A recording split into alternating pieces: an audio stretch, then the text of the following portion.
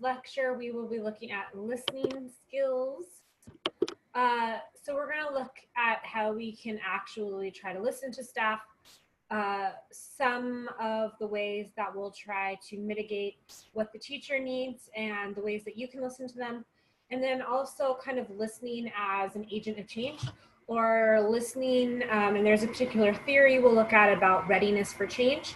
And that's going to give us a lot of ideas about how we can support staff and make changes within our programs. I put this picture up because I know that I'm a much better listener for children. I've been trained extensively in how to listen to children, physically getting down at their level, looking them in the face, listening to the words that they say, not having preconceived ideas or notions when I go into conversations with children, mainly because they are children and you don't ever really know what you're going to get when you engage in a chat, in a discussion or a conversation or a collaboration with a 3 or 4-year-old. If you think you know how that conversation is going to go, it's most likely going to change. They're going to say something off the wall or something interesting or something you never thought about. And that's typically why a lot of us go into and work with children, is because we like what children say, the interesting things that they say, their unique perspective on the world, because they're tiny little humans who are growing up. So I know that I'm a much better listener when it comes to children, not my own children at home, but children at work. And I know I'm a fairly good listener when it comes to families. I've done a lot of work on diversity, meeting families where they're at, supporting them through change, supporting them in economic strife within cultures and diversity, working on my own biases and prejudices that I might have in order to be a better teacher, in order to serve children, because in order to work with children, I also have to work with families.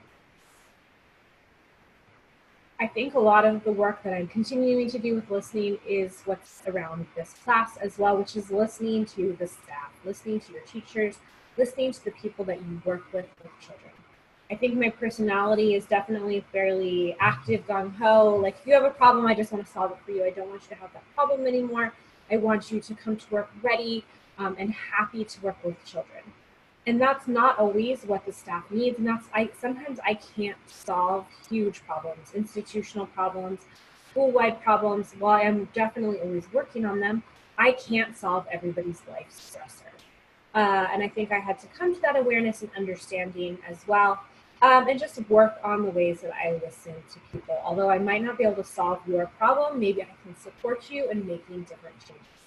So when I'm lecturing, today I'm most likely lecturing to myself as well, to remind myself about the importance of listening, to continue to hone my skills with listening, because this is all about working with adults and the adults that we work with as well. So there are many ways to listen, and we're going to go through a few of them today. This is just general ones about coaching others and things that you might want to say. And then we are going to do a little bit more on the next couple of slides throughout this lecture about working with adults as well. I think the first thing is being attentive. And when we teach people about listening to children, we say, get down at their level, look them in the eye, don't be doing something else while you're listening to them. And then I would turn around and we will turn around and not do that to our own staff. We're also doing payroll or finishing the email, or we're sweeping, or they're sweeping outside on the sand. So we actually do have to set up times and locations for being attentive to each other. So sitting down at nap time, it's not always the best, but it's typically quiet. They don't necessarily need to be working on anything. You don't need to bring work into the classroom.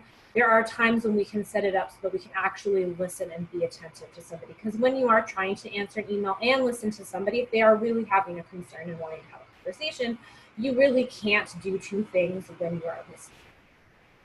Asking open-ended questions as well, and we'll go more into, and I will talk about some questions that you can specifically say. And the textbook is great. They have like real concrete, detailed ways and examples of things that you can ask people. Asking probing questions as well. This definitely shows somebody that you're being attentive, and you can follow up on the most minute or the smallest bit of what they've told you. And that's typically what happens with children is you might be hearing from them about a challenging moment in the classroom, but if you don't really get that detail of okay, what is this child like? How many months old is this child? What developmental stage are they in? Do they know conservation of liquid? Have they gotten into another stage of Piaget's cognitive understanding? Do you really need the background on the story? You need to know where the teacher's at by your assessment. What stage of their development are they at?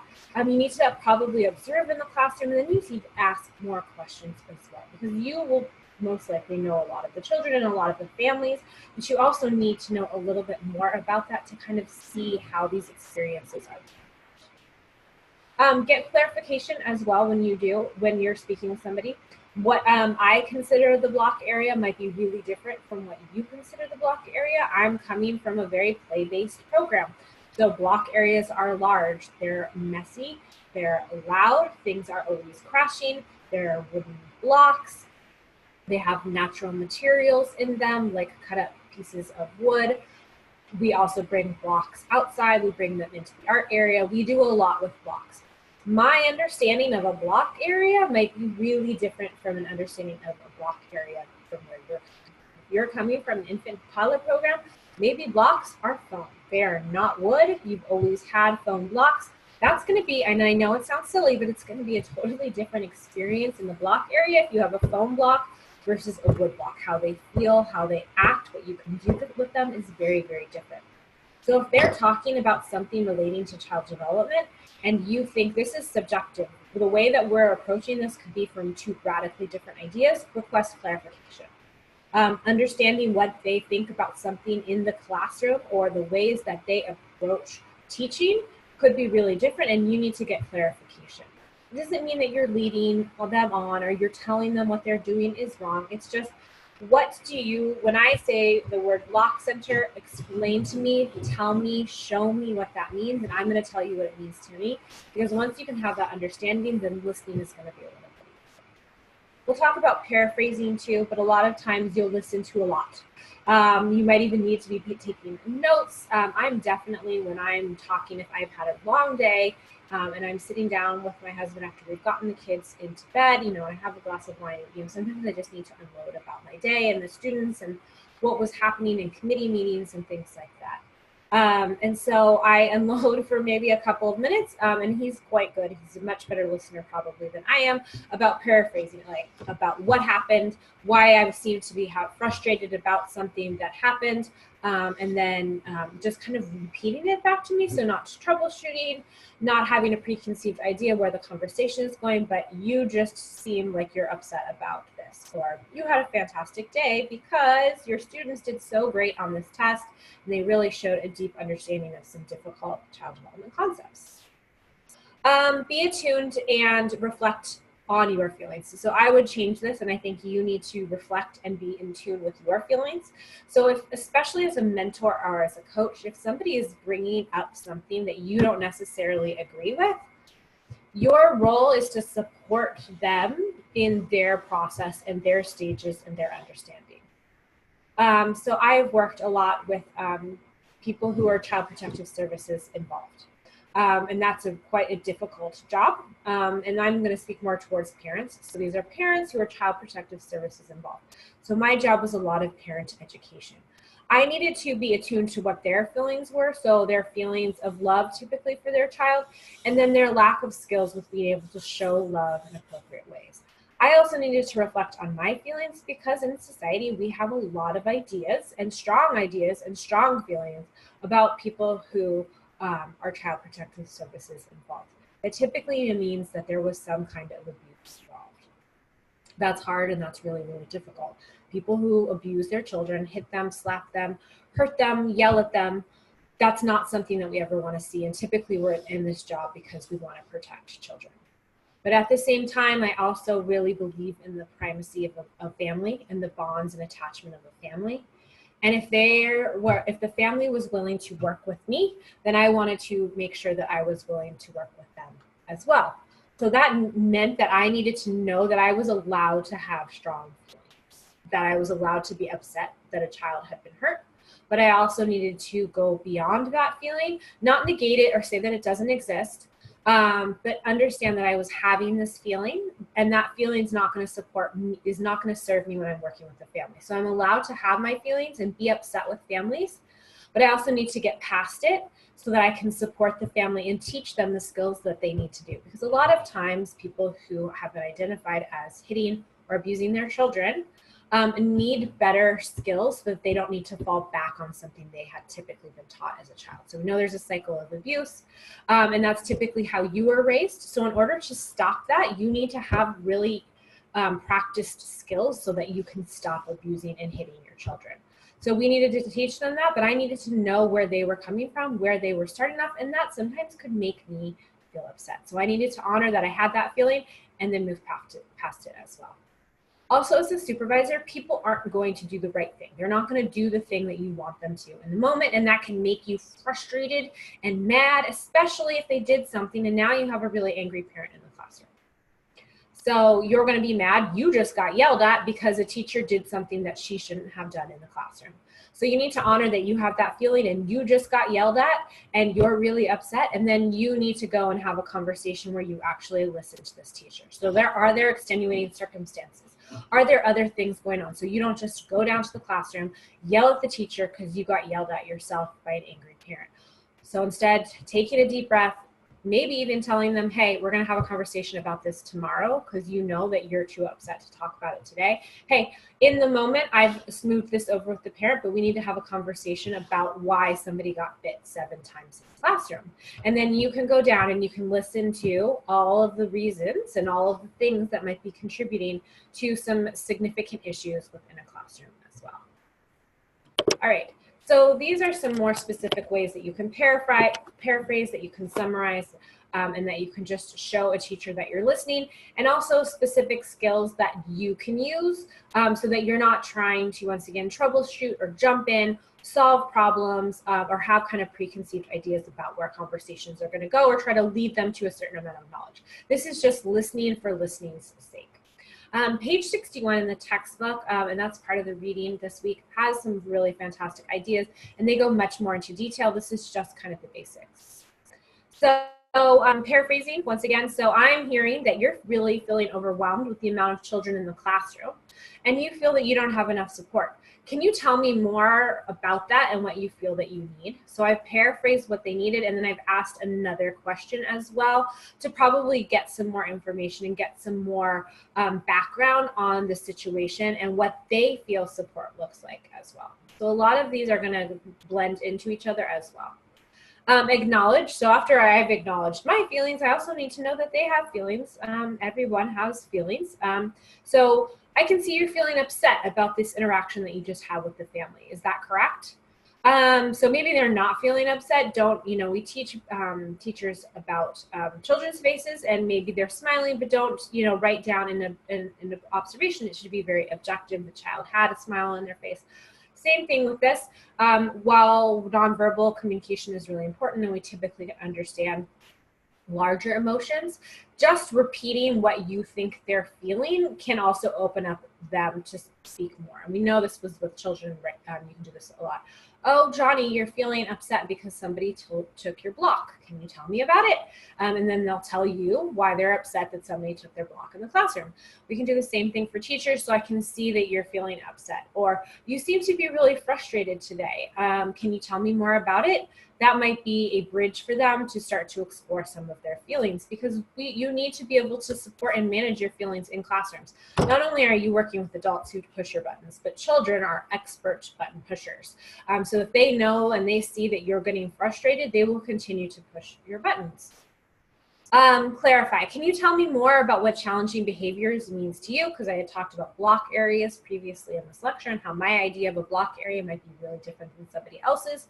So what does challenging behaviors mean to you? So maybe a challenging behavior to them is something physical, whereas a challenging behavior to me, while I understand that hitting and we don't want children to hit is a challenging behavior, I was thinking more that some of the children seem to have a really difficult time sharing, and that would be more a challenging behavior to me.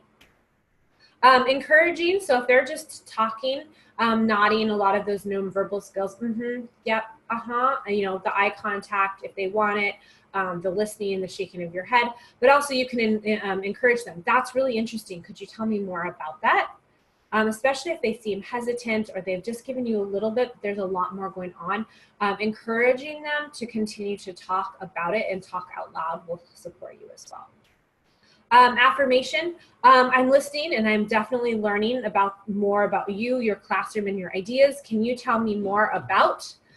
So I'm trying to clarify, but I'm also saying this is really interesting and I'm learning a lot about you and your classroom.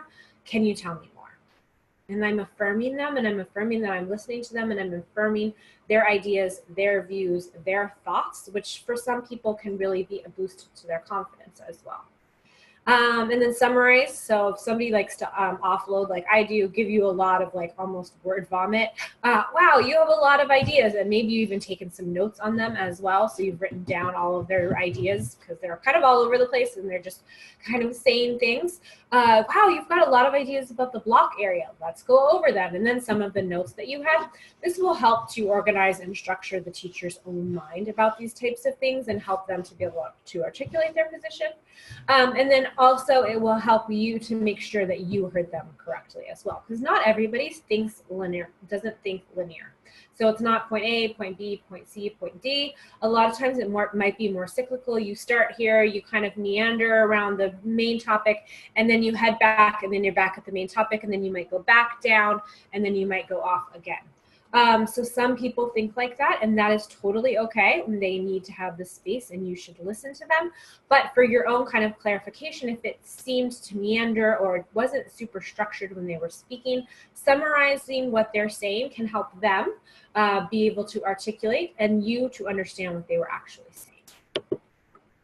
All right, so now we're really going to kind of, I'm going to really try to work with particular teachers' needs. So we've done teacher developmental strategies. We've done a lot with teachers because every teacher is really unique. Every classroom, every child, every family is unique. So what they're going to need from you is, but a lot of times there might be some emotional needs that they might have that is preventing them from talking to you or preventing you from really hearing them and making some change. So a lot of times there will be disinterest from a teacher or avoidance or just kind of detachment from the process. So when you ask them, hey, how's it going? You get disinterest. Or how's the professional development going? Can we talk more about it? And they're avoiding it. They won't come into your office. Or if you know they're coming down at nap time, they're going to try, oh, nope, gotta go clean out the toilet, super dirty. Nope, lunchtime, they're going to try to avoid you. They're going to be disinterested. If you do get them in a meeting, they sit there, arms crossed back like this. They don't want to share anything with you. And I do think that for some people, we do have to respect that. You can't force anybody to do something they're not going to do. If they're not going to engage in specified policies, though, that could be a further conversation about what your program is, what you expect from teachers, and if they're a good fit within your program. Sometimes, though, it's because of institutional barriers or past experiences. They might have come from a program that they had been in for a really long time where they were never listened to. And there was an us against them mentality between the staff and the supervisors. And they're just coming at it from fear of being fired or fearing from doing something wrong or not feeling supported. So before you jump to a conclusion that they're not a good fit or they might be bad for your program or you just don't like them very much or they're not a great teacher, try to help them and support them as a mentor. I think a lot of it is to support or understand that a lot of people are coming from past experiences, once again, of an us versus them, but also could be from a life stressor as well. There's financial stress. There's emotional stress of having to work in classrooms with lots of people who need lots from you all day long. And then if you have families at home, that's a lot of emotional work that you can put in throughout a day. I would say keep trying. Keep saying, hi, how are you? Keep looking them in the eye, keep being in their classroom so that they have the opportunity to see you, to hear from you, and hopefully that ends up in some kind of trusting relationship, especially if you haven't forced the participation of kind of this mentoring or listening process. You can force participation of your policies. They still have to supervise children. They still have to do professional development. They still have to do their observations, their paperwork, all that type of stuff. But you don't have to force participation within this mentoring cycle. Just sitting there, and supporting them and seeing them over and over might really support them as well. And there's more work on page 107 as well. So that's not part of our daily reading this week, but if this was interesting, or I'm talking about somebody who sits back like this in your staff meeting and kind of seems like this is so stupid, that might be a great resource for you to kind of support this as well. All right, so continuing more, a lot of times they might be ready to learn, but they're feeling overwhelmed. Or they're so, typically this is a novice teacher, so one of the very first stages in their developmental stage, they're interested in everything but to the point where it's so difficult, and their first year is so difficult that they will just focus on one area. Like, if I just get circle time down, then everything else will fall into place and I'll be a great teacher. But they don't see that bigger picture. Like in the novice, they're down in the weeds. They can only look down in front of them. They can only see the next problem, and you need to support them in taking a step back and looking at the bigger picture. So supporting all different types of things. So matching involvement with their ability to participate. Sometimes they might need much more participation from you as a supervisor. You need to be more in the classroom. You need to listen to them more. You need to bring them into the office because their year is really hard. They're a novice teacher. They're still learning all of these types of things. So maybe they need a lot of support from you in that first year, and they want to talk about it and they want that mentoring. So that's great.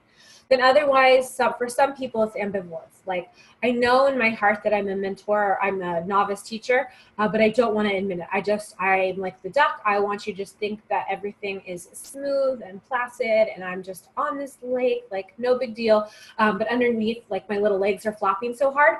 Maybe they're really invested in this image of I've got this, I've got this, I've got this. But you know that they're kind of struggling a bit.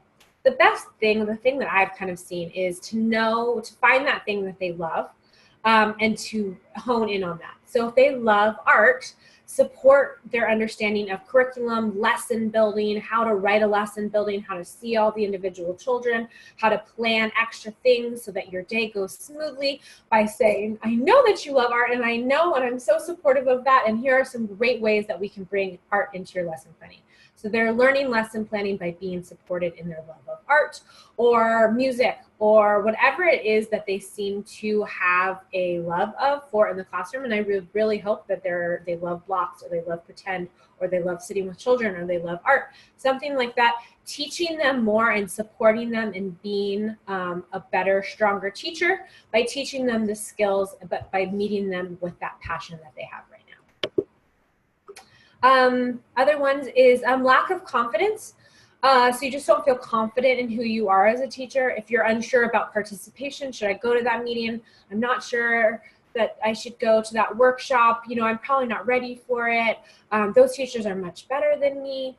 Or they have a level of interest, like I want to do this, but they don't know what the next steps are. So they're just kind of in a state of not moving forward, not moving backwards, just there because they don't know what the next step is that they need to do. Professionals, definitely, and this could be a teacher colleague. It doesn't have to be a mentor coach. That might be a really great thing, but you might need to just have a teacher colleague, somebody in the classroom who can be a friend, who can support them, who can notice when they do things right. And so sometimes I'll talk to a full-time or a more experienced teacher, and I'll be like, you know, she seems really stressed about what she's doing in the classroom, but we know she's a good teacher. When you see her doing a great thing, could you really point it out to her?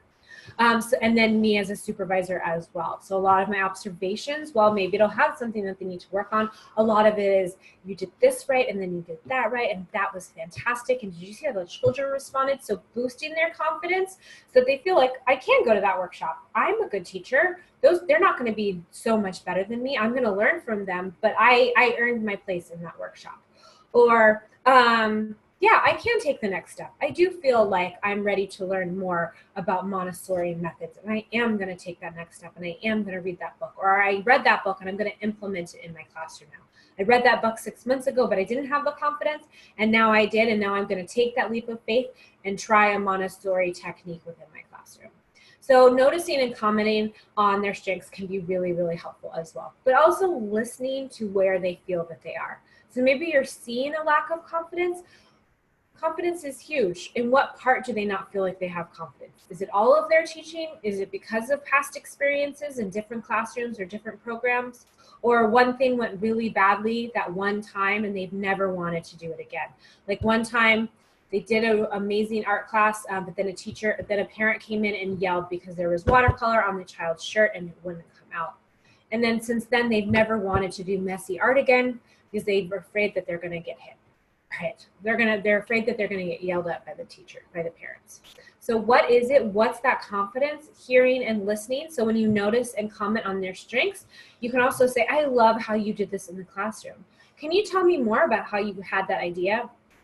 Or, I loved how you listened to the child in that moment. You're such a great listener. Can you tell me more about your listening skills? So noticing and commenting on the great things that they're doing and then asking them questions about that can boost their confidence, and then hopefully they'll tell you and show you maybe why they've developed these confidence issues. All right, so this is readiness for change. So it's kind of a large theory. So I'm going to go step by step into it. I do think that it's interesting and important. And if you need it, it is, sorry, I'm trying to move this. It is on page 104 of our textbook. So there is more on this as well. If this is something that if you're ready to make changes in your program, this might be a fantastic theory for you. I do need to talk about some vulnerabilities or weaknesses within this theory as well. It's not super complex. So, which I like. I think theoretically, you can see how change happens, but at the same time, there's a lot of complexity in human interaction, working with children, families, and staff members, all who are different and all who are unique. And it doesn't take the individual person into effect in this. So you, as the person who is using the theory, have to apply this to your own specific program, children, staff, and parents. It's a good working model, and I think it helps you understand the process of time and commitment that goes into making a change, and also that change is always ongoing. So you get to the bottom and it's not like, forever you don't need to make changes. Something might happen and you might relapse, or the program might change and you might have to start all over. So I really feel like this should actually be a circle, a cycle, something that's always ongoing, because change is always ongoing. Transition always happens.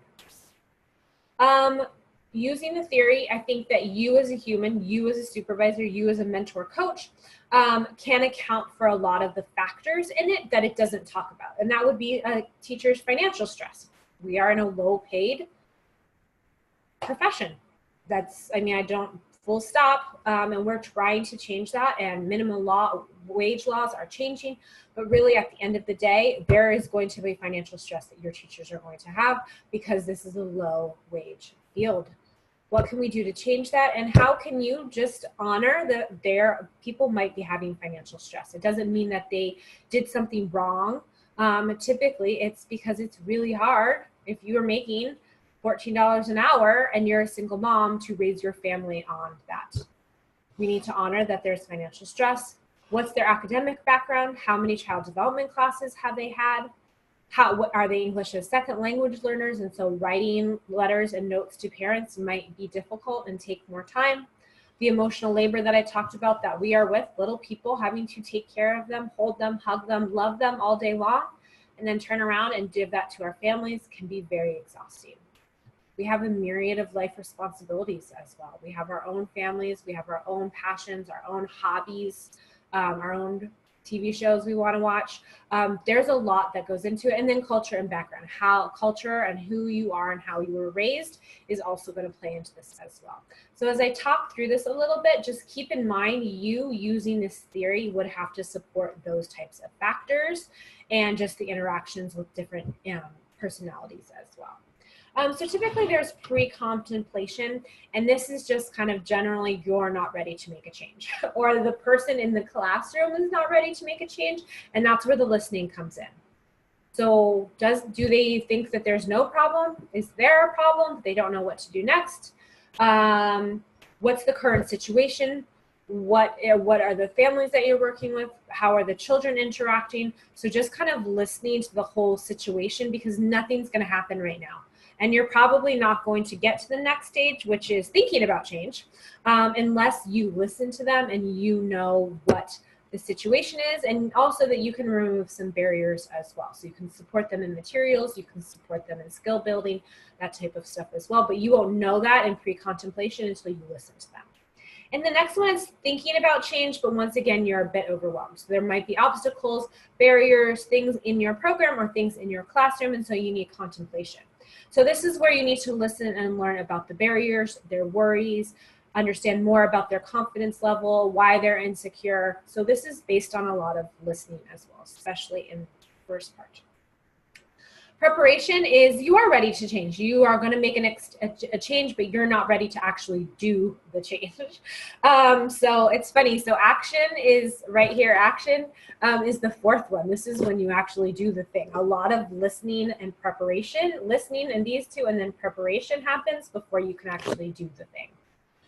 So you're ready to change. You need to have a plan. You need to have information. You need to have skills. And so all of those things can be hard to do. You have to learn how to do the skill, and you need to practice it many, many times.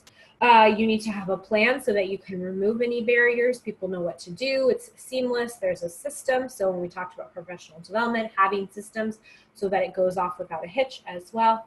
So there's a lot that goes into this as well. So whatever the thing is, you need to prepare in order to do that, which means you need to hear and listen to where your staff is and what they think that they need, especially if it's going to be a classroom change. What are they going to need to make this change? And then action, you're actively engaged in change. You are trying to do the thing. So this is problem solving because it's not going to go right the first time. Especially if you're changing something system-wide within a program, it's not going to go well. You are going to be constantly troubleshooting those first couple of weeks as it starts to change. The plan, you did all this planning, you did all this preparation, everybody has all these skills, but maybe it's starting to fall apart. You're going to have to rework it, rechange it again so that it continues to work. And then maintenance, so making sure, especially in those first few weeks, let's say the thing went really, really well. So you've done it, you've got that professional development system in place, then you have to be pretty vigilant about it. So you have to check in with people. How's professional development going? How's the meeting with the mentors? Do you feel supported? Tell me more about it. So lots of listening to the staff. How's it going? What do you think you can do? I hear that you're feeling a little overwhelmed with this. Using all of the skills we've talked about to support them in continuing to make the change, and also vigilance in the classroom. So observations, are you actually doing this? Walkthroughs. I came in at nap time and the children were not, or you were doing this. This isn't what we all decided we were going to be doing with our nap times. This isn't what the action was supposed to look like. And then you might relapse. It might all fall apart 3 years later, or everybody forgets about it because you've done another change, or you have new staff come in and they weren't trained adequately, or they don't buy into it. And you're going to have to start all over with the listening, the learning, the preparing, the action, and the maintenance again. So it's an ever ongoing process as well. So in conclusion, listening is a skill, and I hope that I've given you some ideas. And also on Canvas and also on your reading this week, I hope that that supports you in being a better listener. And once again, I know that I listen better to kids. I sit down with them, I listen to them, I'm engaged in what they're saying because they're so fun and they have such unique personalities and perspectives on things. And I know that I have to listen to families in order to support children. Sometimes I'm not the best at listening to my students or the people who I work with, and that's something that I want to get better on because we can't ever really change or understand those we work with unless we listen to them. All right, I will see you guys online. Have a great week.